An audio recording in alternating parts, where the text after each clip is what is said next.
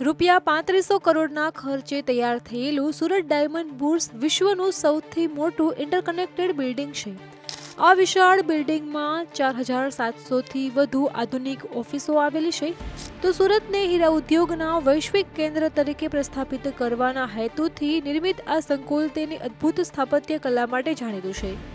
જોકે ભવ્ય ઉદ્ઘાટનના 2 વર્ષ બાદ પણ આ ઇમારત 80% ખાલી છે, જેની પાછળનું એક મોટું કારણ આસપાસની ગંદકી હોઈ શકે. તો સુરત ડાયમંડ બુર્સની સામે જ કચરાનો પહાડ છે અને આસપાસમાં ગંદકીનું સામ્રાજ્ય ફેલાયેલું જોવા મળી રહ્યું છે. તો આ તમામ દ્રશ્યો ડ્રોન કેમેરામાં જોવા મળ્યા છે. તો બુર્સની આસપાસના વિસ્તારમાં માત્ર કચરાનો પહાડ જ નથી, પરંતુ નજીકથી વહેતી ખાડી પણ મુશ્કેલીમાં મોટો વધારો કરે છે.